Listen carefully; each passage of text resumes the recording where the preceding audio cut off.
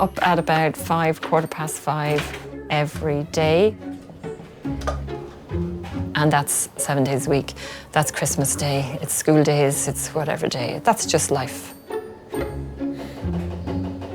I am mom to Shona, Tom and Lily Boyle. All 3 of them have a chromosome disorder called T1421. So they all have, I suppose, developmental delay. They have a physical disability, they have an intellectual disability.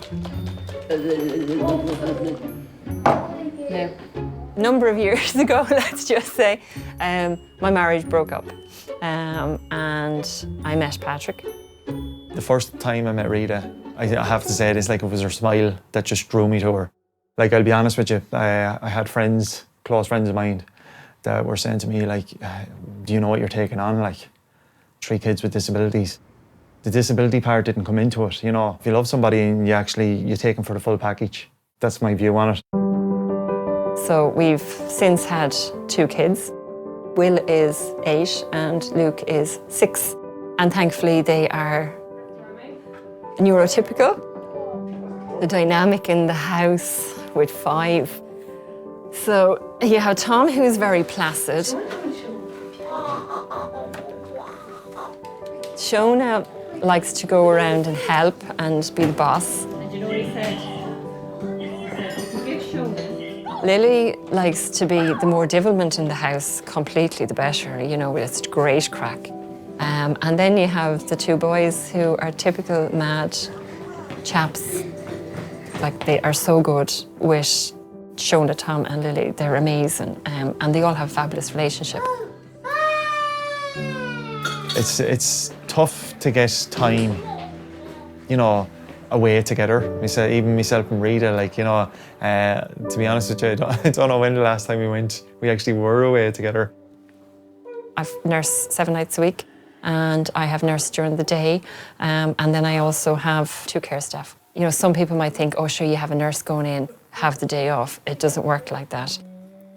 It's more like a mini hospital here, to be honest with you, or a mini residential unit, whereas everybody is working, and I'm working as well. I'm part of the team.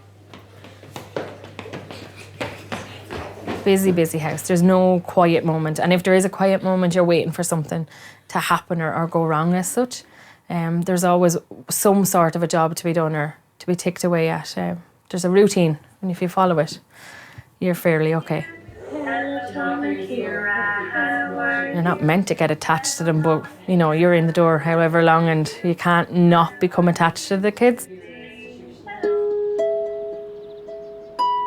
I had Shona quite young. I was 23 when I had Shona. In your eyes, your child is perfect. You just don't see it, I suppose.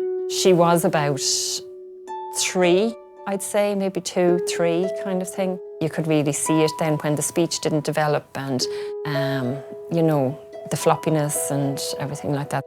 Then I became pregnant with Tom, and we were told it's probably a 10% chance of it happening because I was healthy and their dad was healthy, and we were young, etc., etc.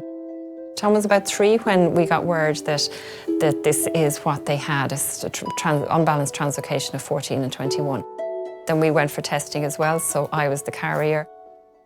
But it was such a rare diagnosis. To this day, we haven't actually come across with anyone who actually has the same exact translocation.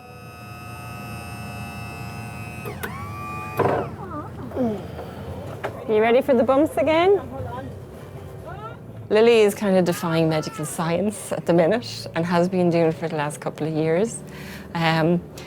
For the amount of medical issues that she has and the severity of her medical issues, she actually should be sitting there or lying in her bed.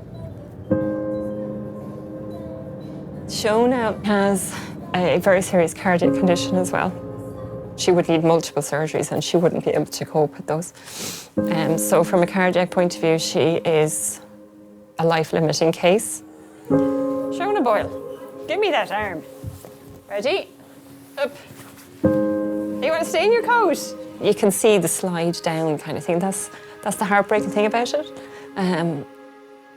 You know, that it's just, you can see the slide and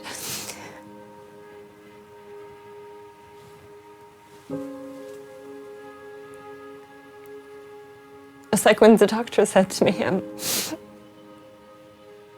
just make sure she does something she likes doing every day. So I'm sorry.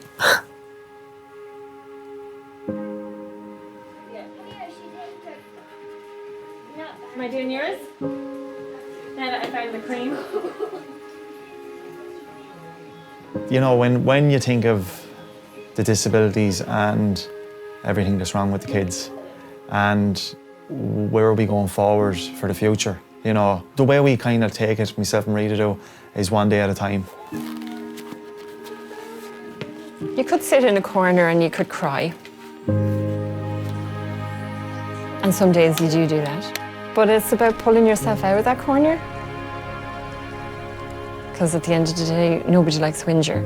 So, and that might sound really harsh, but it's the truth. It is tough, but you have to have strong mental ability to actually deal with something like this. The fitness element, like that, because the two of us are so involved in fitness, that brings us in closer together and stronger together.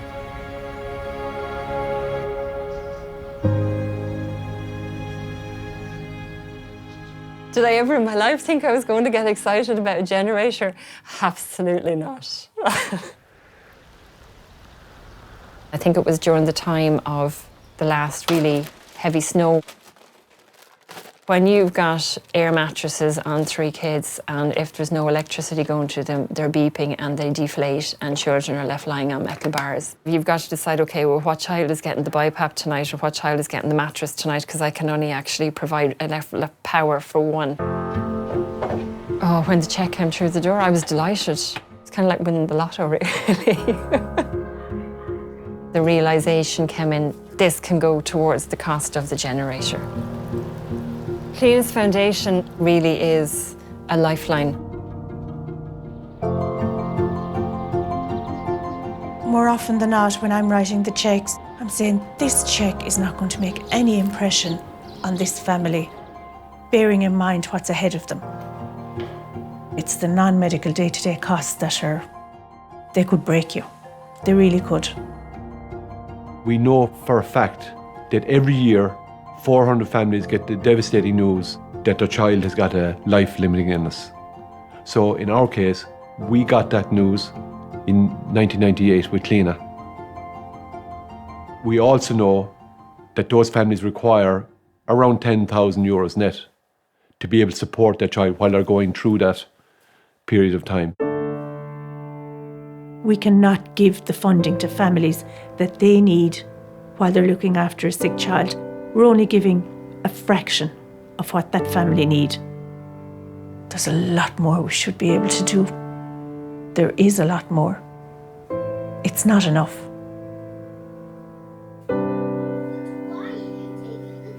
They're unbelievable. To go through what they've gone through, like, and be here still and still fighting, and every day is a new fight for them, like, you know. And they have an amazing fighter to fight their cases. She's a superwoman. She just doesn't have the cape. I honestly don't know any other person around like her.